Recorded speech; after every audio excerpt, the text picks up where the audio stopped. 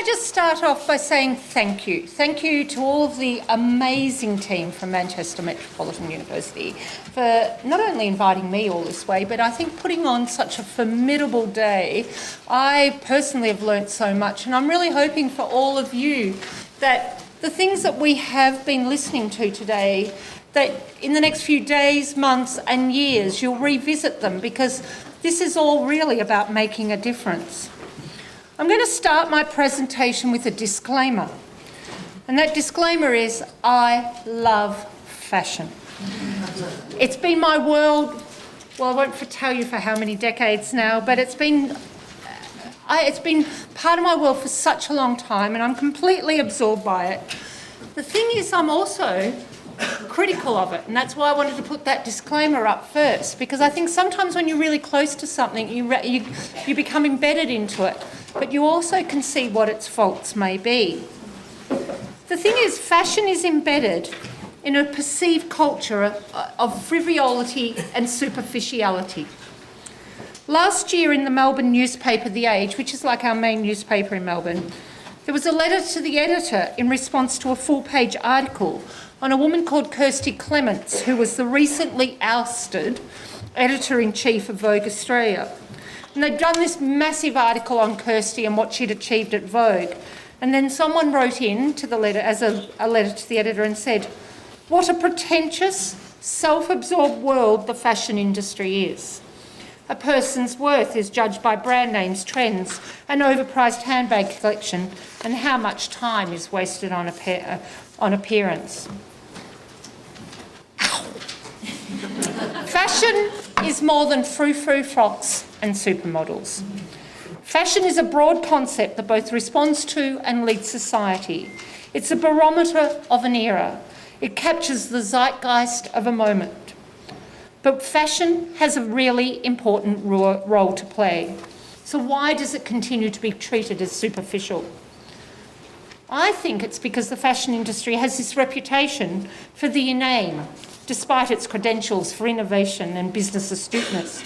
And some of the practice that the fashion system encourages and perpetuates are actually unfavourable. This is a rather disheartening representation of contemporary culture. For an industry that is perceived as being at the height of glamour, creativity and forward-thinking innovation, often the actual reality is rather grim. Mass production has brought speed, efficiency, cheaper prices, and it's also brought diminished standards. And the strategy of most companies appears intent on chasing the mighty pound, dollar or euro, which really can sacrifice on our ability to truly profit. More is clouding the benefits of better. Recently, I visited a suburban shopping complex on a busy Saturday, and I walked into a massive chain, a major department store, and evoked a sudden gut-wrenching nausea as I walked into this place, and the smell of plastic and chemically related materials emanating from the children's shoe department. It was overwhelming. And the first thing I thought is, imagine if you're a staff member working in this particular chain on a day-to-day basis. And then I thought, imagine, sorry, I'm going to muck up the microphone here. Imagine if you worked in the factory that actually produced these shoes, and the long-term impact that would have. And part of the effect of all of this was not only the smell, but just how many of these shoes filled the shelves. In some cases, the price of them was less than what we pay for a reasonable cup of coffee. And I scanned this store with its high shelves and masses of racks that housed an overpowering multitude of merchandise, and thought, why as consumers are we led to believe that we need so much stuff? Has it always been this way? Have we always needed so much? Well, no, our grandparents and our great-grandparents spent a significant amount of family earnings on clothes. They didn't buy a high number of garments, but they did spend more on better pieces. Statistics that are alluded to indicate that 50 years ago, approximately 20% of the family income was spent on clothing. Now, any of you that work in retail, we all know that people are saying retail. Could you imagine if all of us spent 20% of our earnings, if our family spent 20% of what they earn on clothes, we would have a very buoyant industry out there. Fast forward to today, and that figure is claimed to be less than 4% that we actually spend on clothes. Less than 4% of our family income. Are we buying less then? No. According to Sandy Black in her book Eco Chic, clothing sales have increased by 60% in the last 10 years. When is too much too much? We spend significantly less to buy excessively more. This notion of overt consumption has often been associated with a modern-day defining paradigm of fashion, and those working within the fashion industry have found themselves victims of a system ruled by consumption, coming up with new ideas on a constant basis for the sake of feeding a system. I ask, is fashion design becoming a sausage factory? Can creativity flourish or even exist within mainstream apparel culture, considering the pressures that we place on our product developers and designers to churn out ideas? Well, yes, it can. The fashion industry is on the brink of change. And okay, I know, every year you hear the fashion industry's on the brink of change and you're going, not that old thing again. But this time I actually think it is on the brink of change. So just put up with me for the next few minutes and I'll start to explain why. These past few decades have seen a dramatic and significant shift in the system of fashion. If we go back 40, 50 years to what I term the halcyon days of being a fashion designer, this was the time when we had a romantic and nostalgic construct of how fashion worked. You know, the often imagined idea of the fashion designer working in an atelier-style studio with a muse for inspiration and an adept hand as quick ink drawings are realised on paper in readiness to be interpreted into masterpieces by a plethora of white-coated pattern makers, seamstresses and finishers. It's a vision splendid of a bygone era. This was a time when the world of fashion was driven by 2 significant collections a year. We've moved from this notion of spring, summer, autumn, winter to multi-layered delivery drops on a fast-track turnaround where similar styles are released across the globe simultaneously. A fashion product development team is required to provide a constant flow of ideas for not one product, but mass collections that are developed in the fastest creation time frame of any design industry. Stop the fashion system. I want to get off. In the world of fashion, the race is on for the brand with the latest look, the fastest turnaround and the best value price. Large-scale corporations battle it out in state-of-the-art production factories across the globe, adapting the seasonal trends. And within this environment, corporations have appropriately streamlined and rationalised their infrastructure and systems to improve their ability to get their on-trend product to market faster and cheaper. This business model has now become entrenched as the norm. And it's employing significant people all around the world within this kind of idea of what we call supply chain acceleration, quick response and speed to market. The quest for speed has seen designs be realised into retail merchandise and delivered into store in timeframes as tight as 10 days. 10 days. We're talking from concept to install. This pattern has been spearheaded, obviously, by global chains such as Zara, H&M, Primark and Topshop. According to Inditex, you all know who Inditex is, they're the company that owns Zara. An Inditex spokesperson said, new styles are dispatched globally to all stores twice a week. If a design does not sell within a week, it is withdrawn, and replaced by a new design. It's just taken off the shelves. Now, this concept of oversupply goes beyond fiscal issues that companies face. They now dump sale product, often at a loss, and that is obviously having significant environmental impact. I'm not going to talk a lot about environmental impact. I think you all know that. I'm going to start to look at what the system of fashion is doing and where we may have alternatives. This cost of oversupply goes beyond no longer do fashion designers work within that halcyon framework of just 2 collections a year. A typical large-scale chain will develop numerous collections that are dropped into store on a weekly basis with limited sell-through period. All of you who are fashion students will be familiar with the normal distribution curve, right? You've all seen this at some point in your studies, right? Every educator here has had the experience of, we know that we have the fashion innovators, and none of us ever want to be called a laggard that happens at this end, right? The thing is, go back a few years, and there actually used to be about 3 years between that innovator and laggard stage.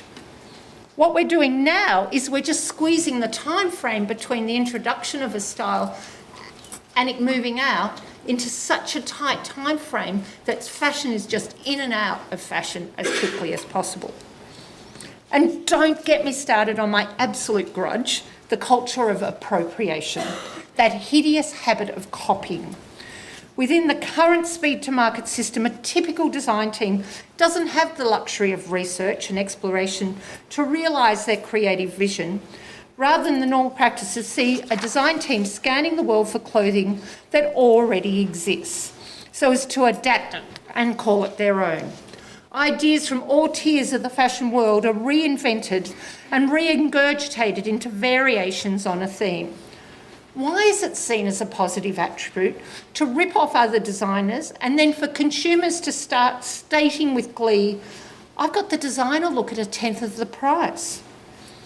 Here we are in 2014, and today the fashion industry is on steroids. And by contrast, the more realistic business model that we have today is for the millions employed within this modern day fashion sector is a fast-paced industry where looks are reinvented and regurgitated into variations on a theme. And so what happens within design rooms all around the world? We've got product developers accessing intelligence from online portals. They go on to WGSN or StyleSide or whatever their reference point is. And rather than actually working with inspired reflections and research like a designer really should, what they're doing is actually using the internet, which directly connects them with anonymous product development teams with designers of influence. So what happens is you can go on and see what's happening on a catwalk or what another designer is doing.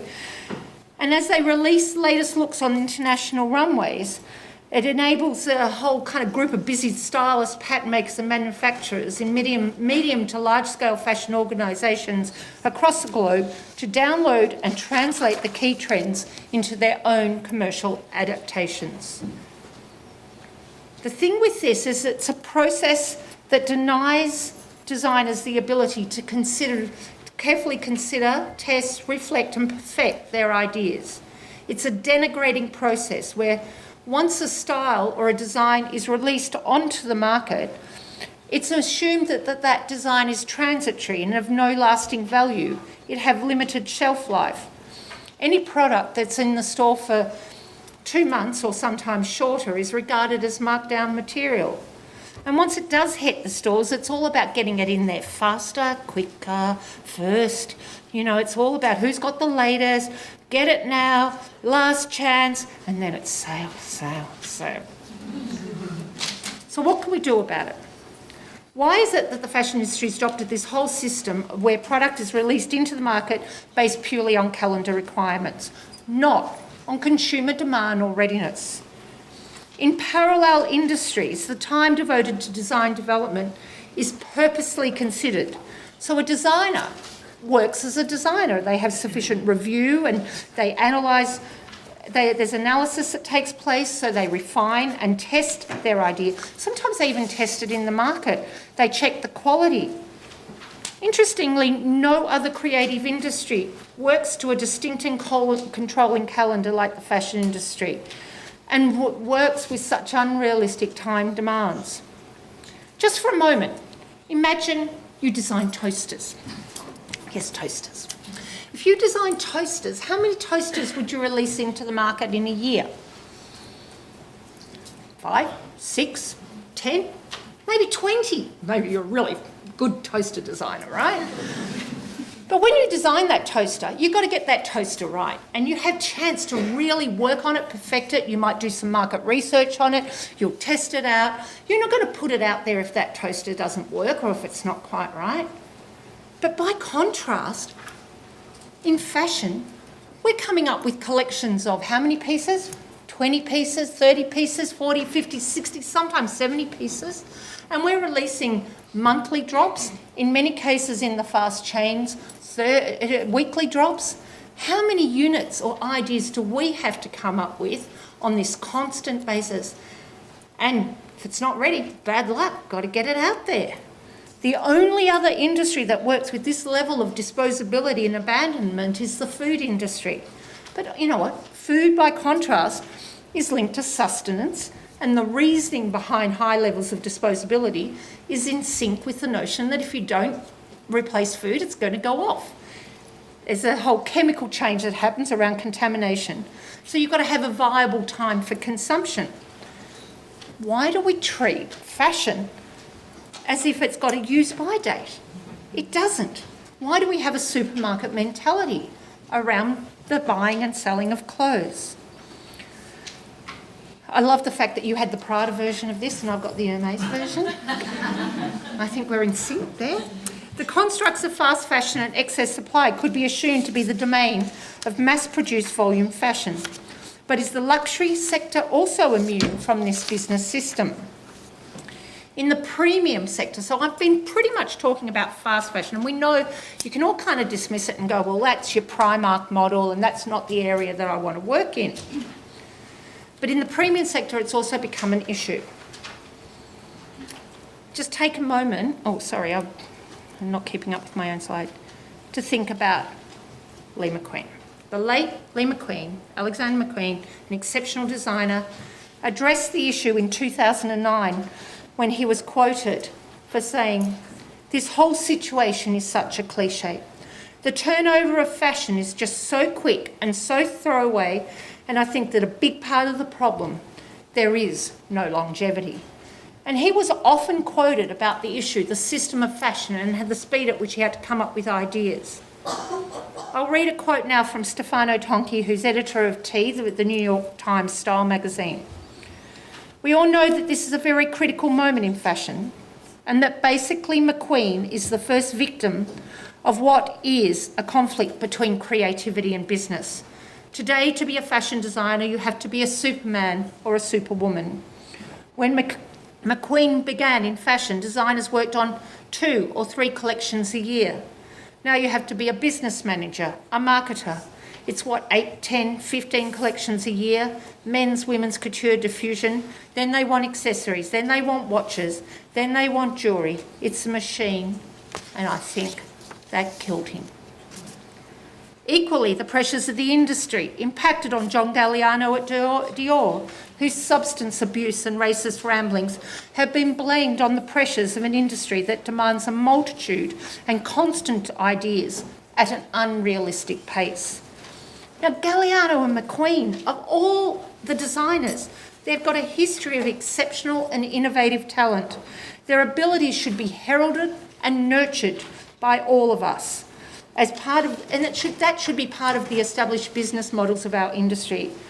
So if these established models of practice have contributed to their demise, then what I say, it's a resounding wake-up call to an industry that the mechanisms driving it are simply not right. The current global system embodies a lack of respect for design originality, shortcuts manufacturing processes, and encourages product disposability. Now, I've been saying all of this and you go, well, you know, if business is flourishing though, if everything was really going really well out there, if we're producing all these things at such incredible speed and we've got all these clothes going out into the market and people were buying them all, I've got nothing to complain about. But the problem is, in the current climate, we pick up the newspapers on a daily basis and we know that business is not flourishing. We know the retailers are complaining and saying it's never been so tough. We hear of businesses closing down all of the time. So why are we producing a system that actually is not viable? And even if it wasn't for the fiscal reasons, even if you had a viable business, what about the concerns regarding the increasing environmental and social impacts? The modern day business model of fashion is continuing despite itself.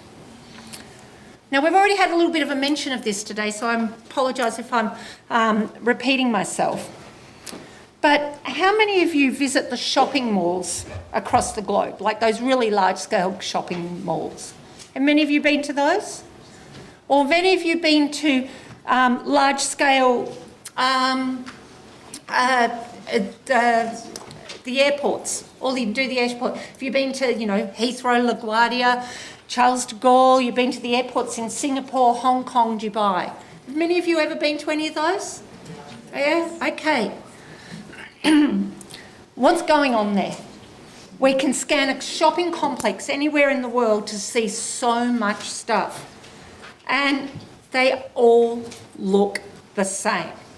Everything looks the same. If I come to Manchester, I don't want to see the stuff I can see in Melbourne. I want to see the stuff that I can only see in Manchester. If you wanted me to buy from your designers, I want to see what's going on here. I don't want to see things that I can get in my local high street. And I critique this model of practice, but equally acknowledge and accept that we're working in an industry that is employing so many people and it's such a powerful global force, the capacity to change it will not be easy.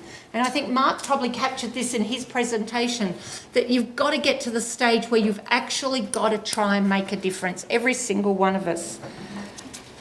The clothing and textile, according to Sass Brown, the clothing and textile industry is one of the largest industries in the world. It employs 1/6 of the world's population. But as a design community, we share the collective guilt of sweatshops, environmental pollution and child labour. As an industry, we lag behind the rest of the art and design community, where a significant number of architects, interior designers and cosmetic and fragrance companies base their practices in ethical design. Well, this way of working just not going to cut it anymore. And what is it going to do to wake us up to actually change? What will it take? Will it take this?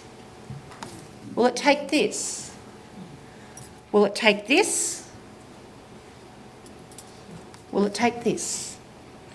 And these are the major things. I was talking to a girlfriend that works in a major chain, head of design for a major chain in the UK here the other day, and she said every day there's little things happening. It's only these big things that often are the wake-up calls.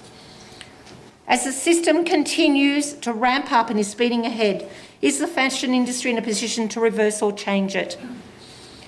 Fashion, for all of its embodiment of speed culture, has been too slow to catch on. It's absolutely exhausting, and it's just thinking about it. Why don't we end up with such a mass of cheap crap? Sometimes I think, well, what can we do about it? And if you look at actually this here, I don't think you can read it all, but these are all the different kind of departments or areas that contribute to making one dress. So if you look at something like that, you go, well, how do we actually change the whole system? Because do we put all of these people out of a job? We've got to think about this. Where am I up to? So understandably, a change to the system has many committed sectors, so any shift is going to be mammoth. But I'm going to give you a couple of ideas. One of the ideas I've been working on is why the fashion calendar? Fashion seasons are still divided in this really old-fashioned concept of spring, summer and autumn, winter. But I've already talked to you about that actually has no relevance to how we deliver clothing into store. So we don't work on a spring, summer, autumn, winter anymore, but we're still kind of driven by it from a marketing perspective. One of the key controlling constructs is this whole notion of seasonal fashion. And I suppose I'm really interested, especially coming from Melbourne, because we're on the opposite season to you. We've just had heat waves in Melbourne, a series of 40 plus days. And but we've often got the same merchandise with all the luxury brands. We've definitely got all the same merchandise in store at the moment. But designers, are they even taking notice of what seasons are happening anymore? So, when you start to look at what's happening across the way that people are designing, they're now adapting their collections for the fact that they're actually being delivered into global stores. I think the impact of the Middle East and Asia is it really affecting this? But maybe fashion weeks, which had been driving the notion, that the whole seasonal thing is driven by the notion of the fashion week, because we need those fashion weeks broken up. Possibly fashion weeks could be reconceptualised so their purpose is not related to the release of seasonal collections. It's not a radical shift, because the traditions of major fashion weeks scheduled twice yearly are already starting to blur from a buying model to a marketing model. I know originally, like a fashion week, the purpose of it was to have like salon show events where you presented to your key buyers and clients. Sometimes you had the media there, and it was a selling platform where people placed their indented orders, and then once the orders were finalised, production runs were done and buying systems were put into place that way. But few orders would now ever be placed at the time of a fashion show. In fact, orders are now negotiated behind the scenes in showrooms across the globe, in face-to-face appointments. The merchandise in showrooms may capture the essence of what's been shown on a catwalk, but often it's a more commercially viable iteration. The catwalk, by contrast, though, has increasingly become about the spectacle of fashion. And I'm not saying let's take that away. I love the spectacle of fashion. But use it as a promotional tool to catch the imagination of both the key media and the public who have access to it straight away. Provide an interface with celebrity endorsements and heightened front row fever. More importantly, a direct connection with the public as the online world downloads fashion fantasy onto their accessible digital devices. Because already what's happening with these fashion weeks is the editor's role, for example, goes beyond the reporting of collections and trends, and it's more now about the intrigue and inspiration around the theatre of fashion. If you look at what's happening, we're already seeing this shift with new modes of communications, and designers are in a position to use alternate dissemination models to release their product onto the market. If you just I've just got an example of last year's New York Fashion Week, or the year before. And it's such a crowded schedule. If you think you took the 4 major fashion weeks, the thing is, to make any impact in those fashion weeks, you have to create theatre. And there's a whole machine that sits behind it. But it's so incredibly expensive, unless you're a major fashion house, to be able to do it. Well, how do you get attention? So maybe we have to kind of look at different ways of doing things. Gareth Pugh obviously spearheaded the changes when in 2009 he released a film as a way of actually presenting his fashion. And Burberry have really been at the forefront of this under the stewardship of Christopher Bailey, where he works on things like his Burberry retail theatre concept, doing live streaming, having apps, and of course the last collection completely being filmed on the iPhone. So my proposal around the fashion calendar is that we put our drops into store on this kind of regular basis, but actually use fashion weeks as this kind of branding and marketing tool. And if the seasonal dictates of fashion weeks focus more on exciting marketing and these kind of theatre projects that contextualise the designer's vision, rather than requiring a full collection to be developed, it might actually start to see a shift in the fashion system. So this becomes a real opportunity, especially for small-scale operators who are actually in a position to adapt and adopt in a flexible model much more easily. In Australia, we've got a couple of brands that are actually working this way. Brands like Six, the label Six, or the label Material Byproduct. What they do is they respectfully release their concepts within this kind of framework of a seasonal calendar, but their collections evolve from ongoing archetypes that embody and build on the key elements of an overall ethos. Probably not dissimilar to what you were saying that Chanel does, where they've got their kind of template of ideas and it builds on from each season. They do not need to reinvent new collections from scratch. It's a journey of creative development rather than distinct reinventions. a process that encourages the purchaser to build on their existing wardrobe rather than discard and replenish. Sorry, I'm just going to take some water. There is an emerging cultural shift to recognise the lack of value in cheap disposable product. And there is this shift where we're seeing a contemporary consumer acknowledging and increasing awareness of the value of buying less, buying better, and caring more. The adoption of slow fashion principles across the globe has shifted from a fringe construct to more organisations, large and small, combined with consumers of fashion, recognising the need to acknowledge social, cultural, economic and environmental impacts of what they purchase. And there's an increasing recognition in the need to adopt new models that evaluate the stages of fashion production and consumption in an effort to reduce the negative social, economic and ecological impacts. So I think that there's a real opportunity, and that's why I say we're on this brink of change for both designers and consumers to embrace new principles around longevity and notions of things like heirloom products. And again, I loved what Tom said earlier about if he was to buy luxury, he wants something that will last. And I think this is how we've got to start to look at fashion. We don't need to buy just things that, that terrible principle of the Primark kind of idea of you go in on a Friday, buy something to wear Saturday night and then put it in the rubbish bin on Sunday. The whole concept of that just sends shivers down my spine. I expect that most of you all know of the work of someone like